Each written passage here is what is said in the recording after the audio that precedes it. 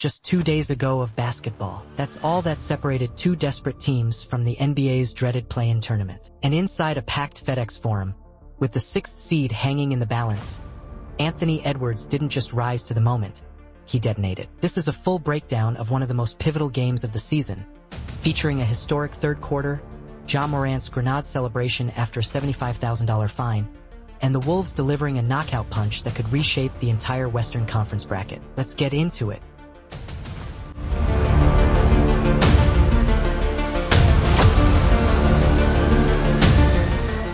Alright dogs, today's matchup wasn't just another late-season game. This was a straight-up battle for survival. The Grizzlies entered with a 47-32 record, clinging to the 6th seed by a thread. The Timberwolves?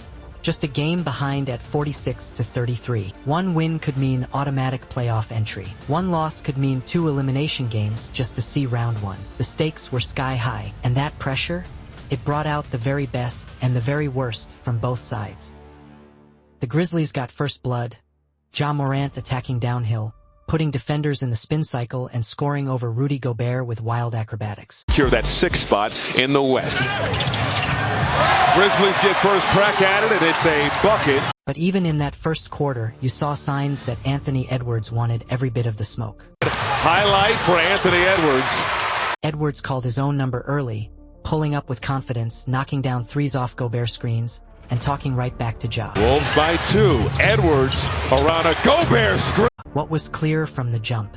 This was a one-on-one duel disguised as a 5-on-5 game. On the tactical side, Memphis did well switching coverages early. They tried to wall off Edwards with Aldama and force tough mid-range looks, but it didn't matter. He had the footwork, the spin, the counter. He was cooking. Silver, spinning, in the lane, got the lane. Still, the Grizzlies hung around behind Ja, Bane, and Jaren Jackson Jr., hitting from outside. Just 27% on the road this season from three-point range. By the end of the first half, it was still a fight. But then came the second quarter. Edwards, 3 more! The second quarter started with both teams going to their benches, but the difference in bench energy was stark. The Timberwolves brought in Naz Reid, and that completely changed their tempo. Reid gave them a stretch 5 look. Edwards working on Concho. The pull-up J is pure. Meanwhile, Ja doesn't fold under pressure. Midway through the quarter, Morant hit back-to-back floaters, then got a transition and one that brought the crowd roaring back. Now they started switching it in the second quarters. You could feel the game teetering. Tensions also flared. Randall and Jackson Jr. had words after a hard foul in the paint. Dillon Brooks might be gone, but that Grizzlies edge? Still alive and kicking. But no one knew what was coming next. Here's Morant. Scoops it up over Rudy Gobert. Minnesota came out of the locker room with nuclear energy. And what happened next? A 26-5 run to start the third quarter. Let me say that again, 26-5. Anthony Edwards and Julius Randle torched Memphis in what became the single highest scoring quarter in the entire NBA this season. 8.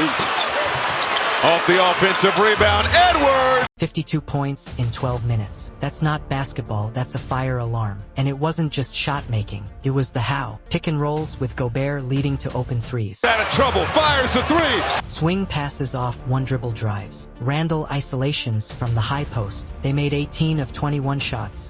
From Nashville! An absurd 85. 7% from the field. Meanwhile, Memphis fell apart. Turnovers, defensive miscommunications, stagnant offense. And when Ja did score, he broke out that grenade celebration again. The same one that cost him $75,000 just days ago. But this time, the grenade didn't go off.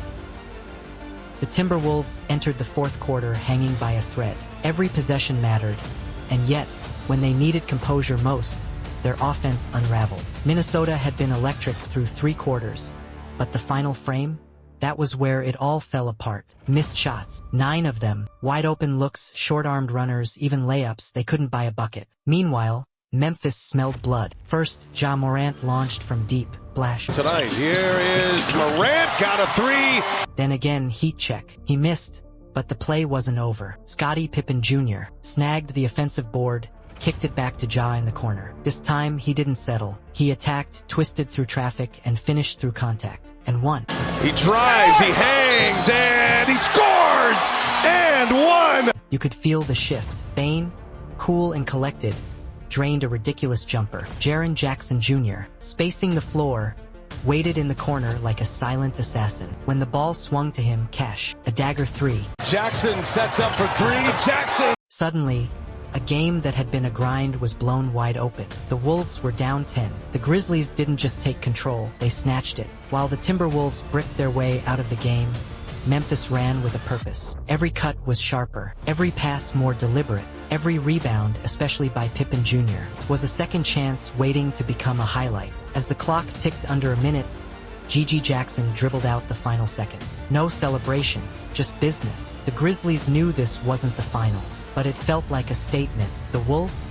They'll remember this one. Collapse under pressure. A win they let slip.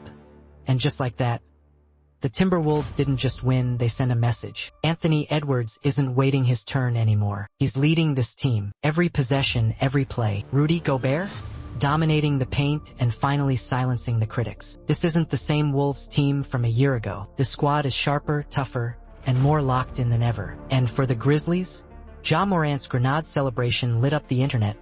But once again, the conversation isn't about basketball. The timing couldn't be worse, because while Memphis is stuck in damage control, Minnesota's building something real, something scary. If this is what Ant and the Wolves look like in April, the rest of the West better start watching film.